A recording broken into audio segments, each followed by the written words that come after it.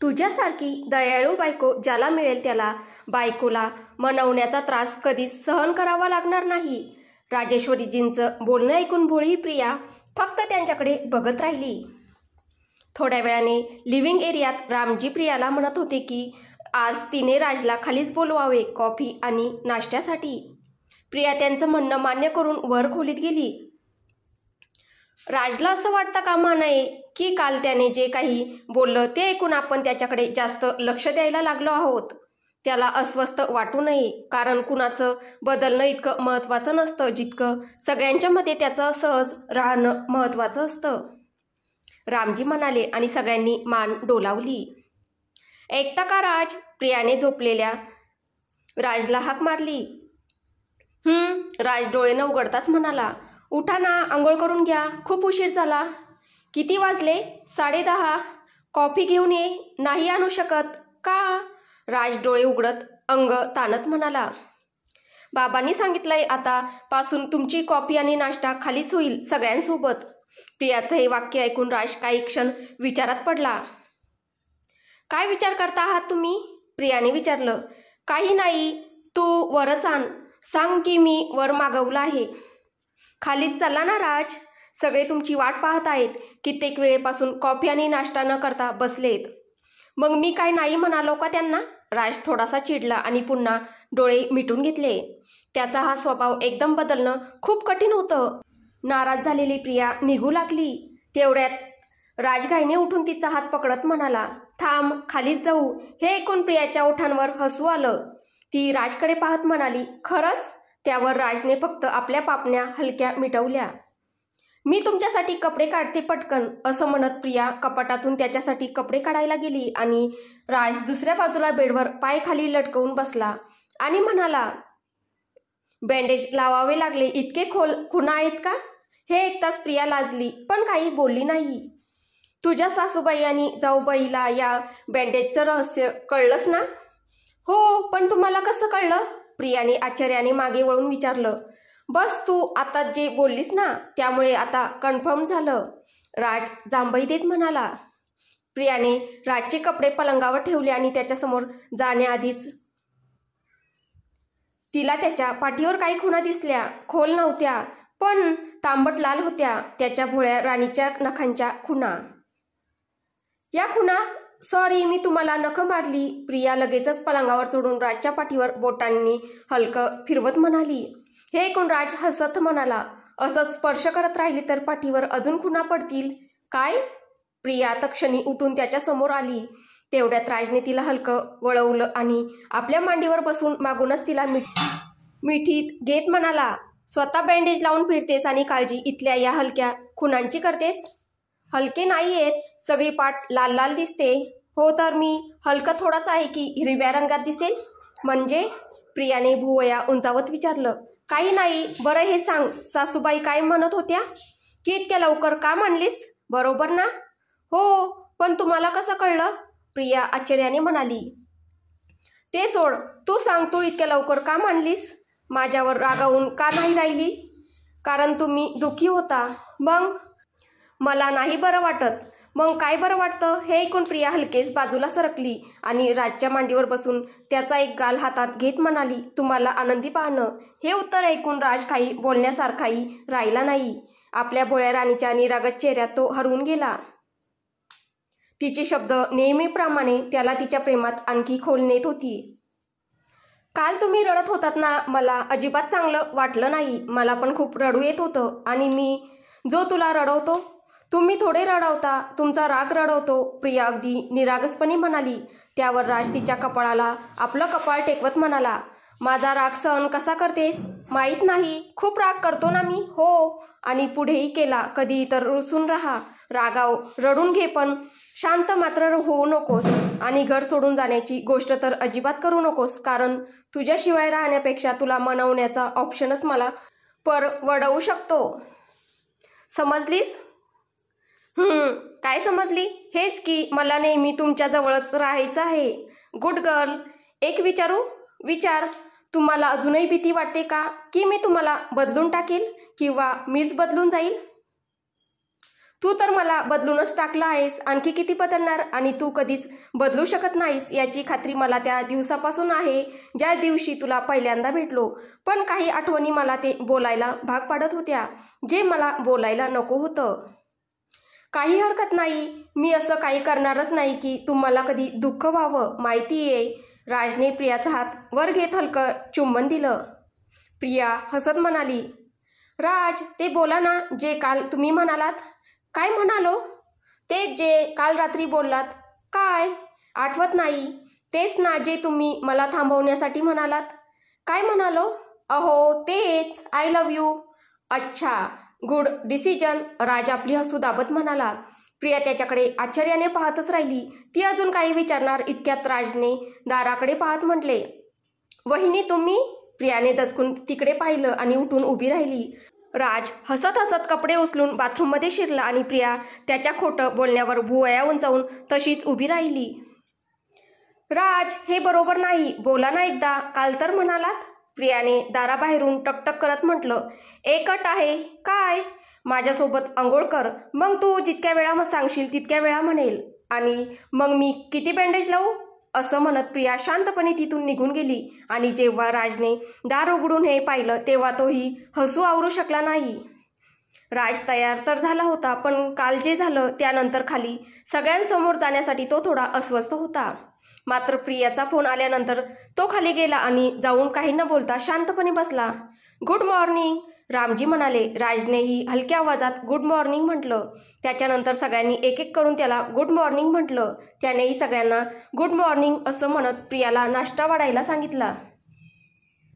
आज ऑफिसला ये राज, तिथलं थोडं कामकाजही पाहून घे. सागरजी रामजींच्या नजरेचा इशारा ओळखून म्हणाले. नाही, मी काय करणार येऊन? राज पटकन नाश्ता खात म्हणाला. थोडंसं काम पाहून घे, मग हवं तर निघून जा, रामजी म्हणाले. यावेळी राज काही बोलला नाही. राजू, माझी ना गाडी खराब झाली आहे, मला ऑफिसपर्यंत ड्रॉप करून दे, येताना बाबांसोबत येईल. रुद्र हसत म्हणाला. जाताना काही अडचण आहे त्यांच्यासोबत, गाडीत नाही बसवणार का? राजने कॉफी पीत शांतपणे म्हटलं. हे ऐकताच सगळेच रुद्रकडे पाहून हसू लागले.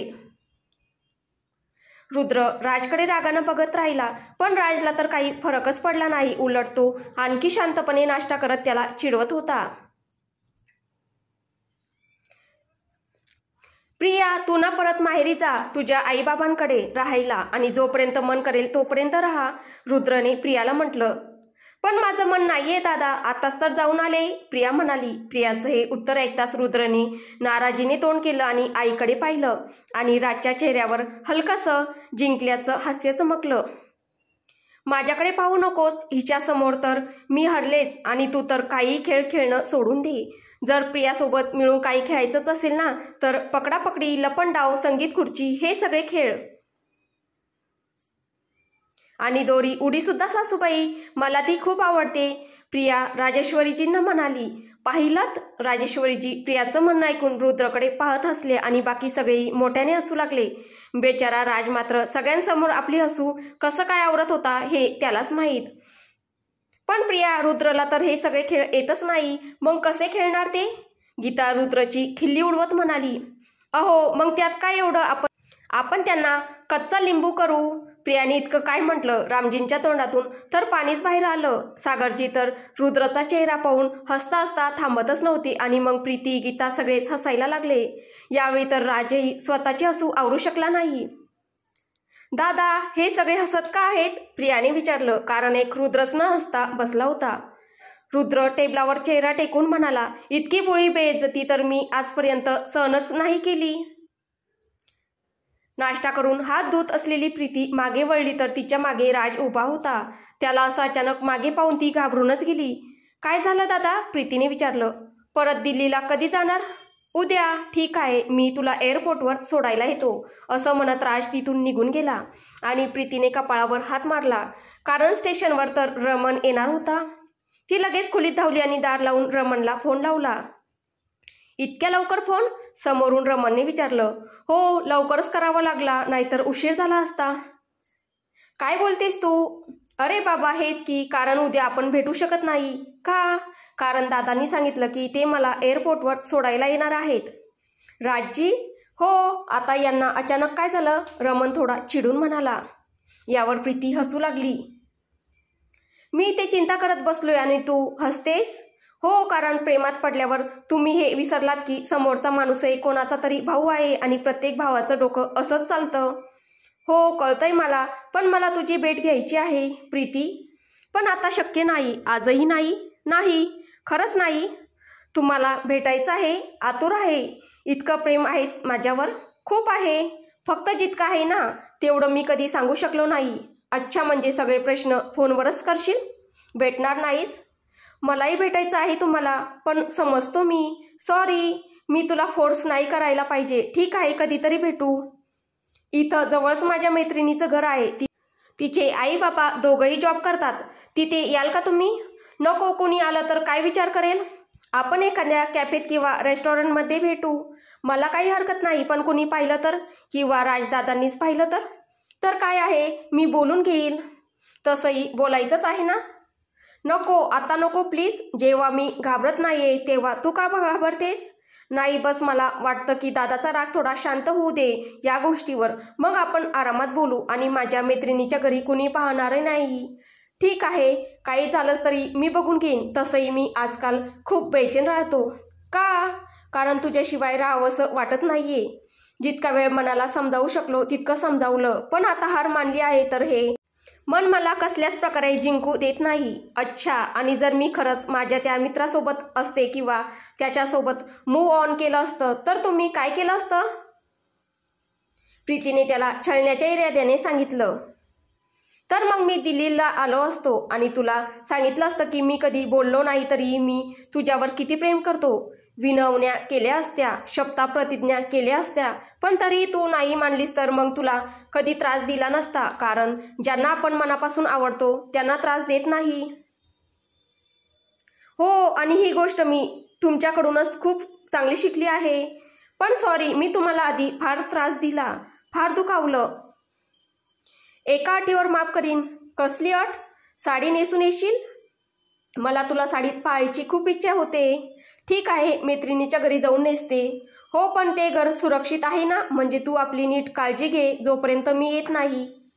हो बाबा, तुम्ही तर खूपच काळजी करता आहात. आता तर आयुष्यभर करेन. अशा गोष्टी बोलून मला अजून त्रास देऊ नका. लवकर या. येतोय, थांब. तुझ्याकडे येण्याव्यतिरिक्त दुसरा कुठलाच मार्ग तू ठेवलेलाच नाहीस, रमणने प्रेमाने म्हटलं आणि प्रीतीने लाजून फोन ठेवला. दुसरीकडे रामजी आणि सागरजी निघून गेले होते. रुद्र राजच्या गाडीत बसला होता, कारण बाहेर राज आणि प्रिया बोलत होते. काय झालं? काही विचारायचं आहे? राजने प्रियाला विचारलं, पण आज त्याच्या आवाजात मऊपणा होता. नाही तर, प्रियाने खोटं सांगितलं, कारण तिला ठाऊक होतं की कामावर जाताना राजला जास्त प्रश्न विचारले की तो रागावतो. खरंच नाही विचारायचं? राज पुन्हा म्हणाला. विचारायचं तर आहे, प्रिया हलकेच निरागस चेहरा करून म्हणाली.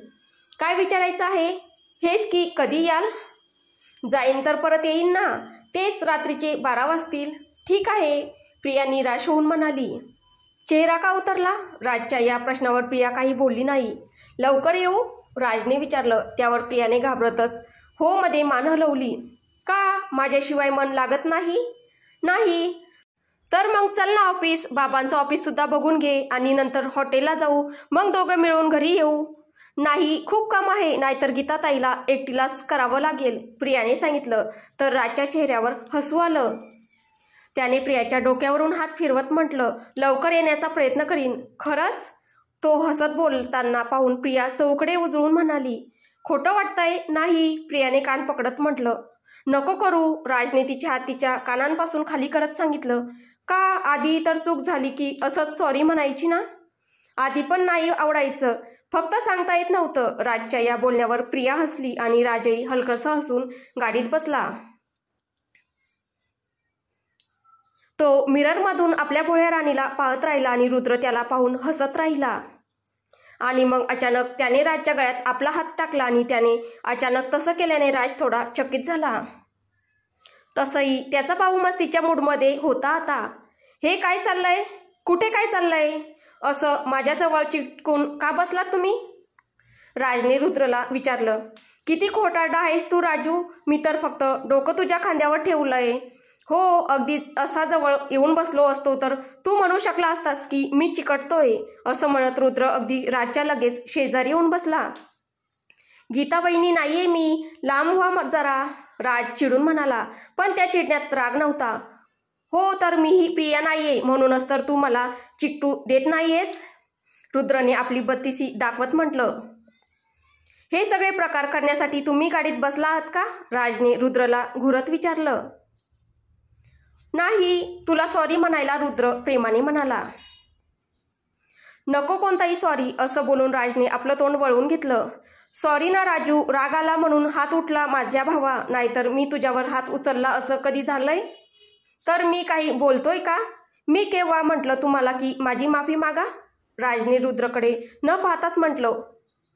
हो, पण तरीही सॉरी, असं म्हणत रुद्रने राजच्या गालावर झटकन एक पप्पी दिली आणि लांब सरकून हसायला लागला.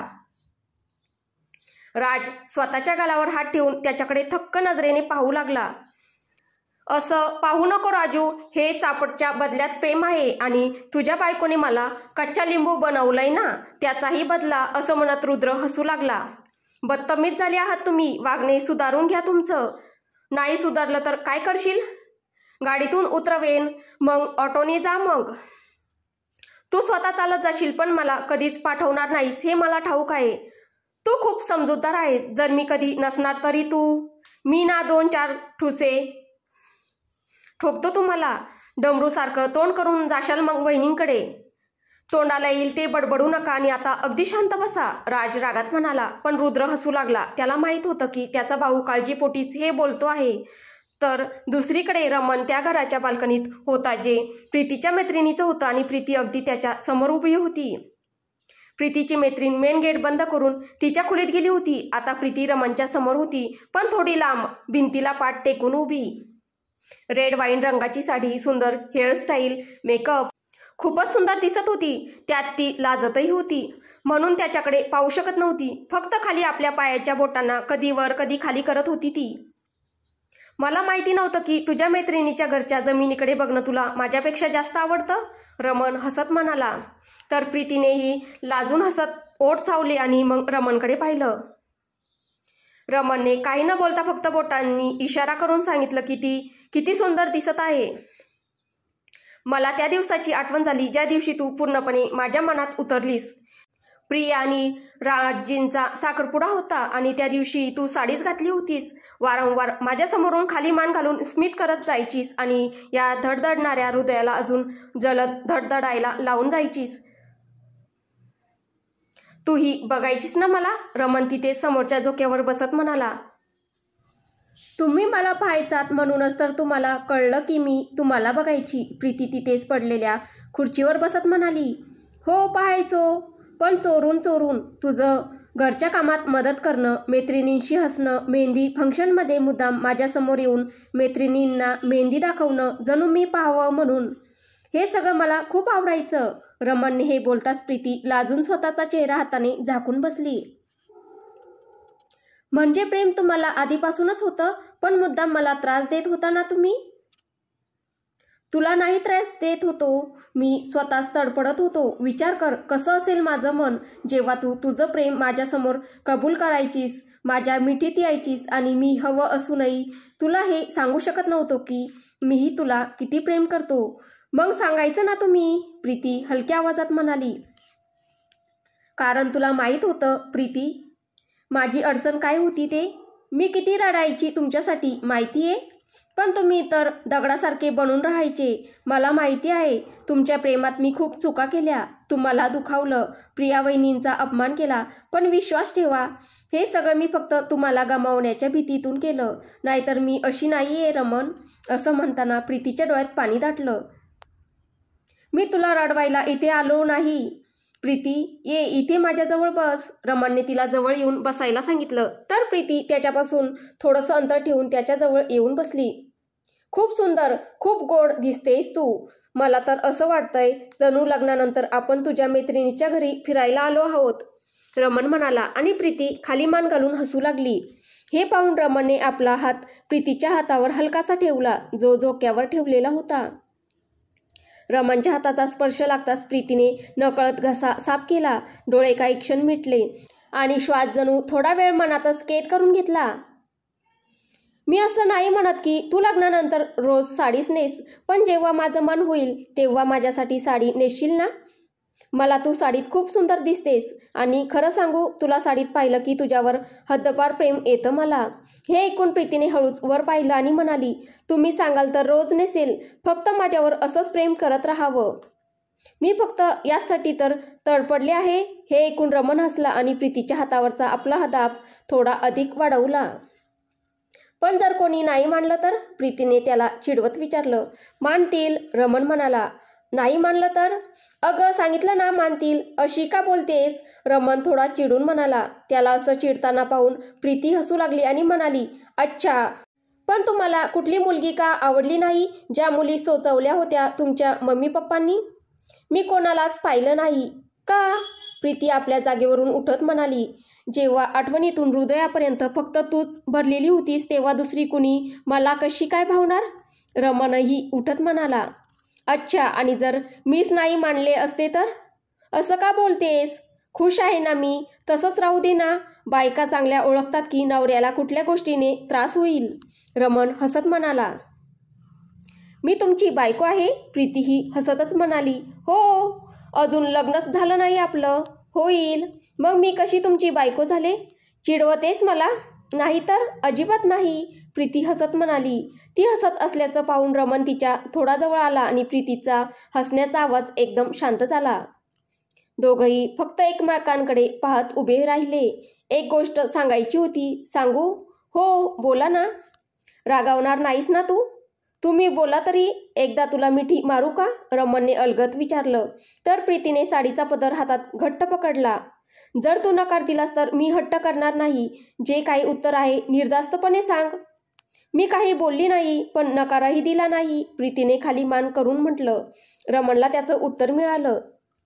रमणच्या ओठांवरचं हसू आणखी खोल झालं. तो हळूच प्रीतीच्या मिठीत आला. दोन्ही हात हलक्याने तिच्या पाठीवर ठेवले, पण रमणच्या स्पर्शाने प्रीतीच्या अंगावर शहारे उठू लागले. त्यावरून रमणच्या परफ्यूमचा सुगंध, यामुळे प्रीती पूर्णपणे बावरली आणि तिने रमणला घट्ट स्वतःकडे ओढून धरलं.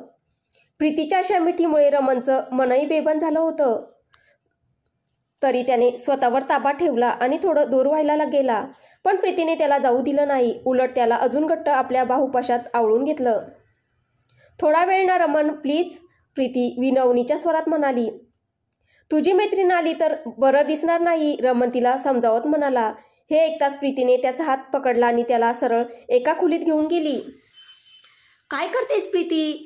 रमण चिंतितपणे म्हणाला. इथे कोणी पाहणार नाही, असं म्हणत प्रीती पुन्हा त्याच्या मिठीत शिरली आणि काही क्षणांनी त्याला चुंबन देण्याचा प्रयत्न केला, पण रमणने तिला थांबवलं आणि नको असं मान हलवून इशारा केला.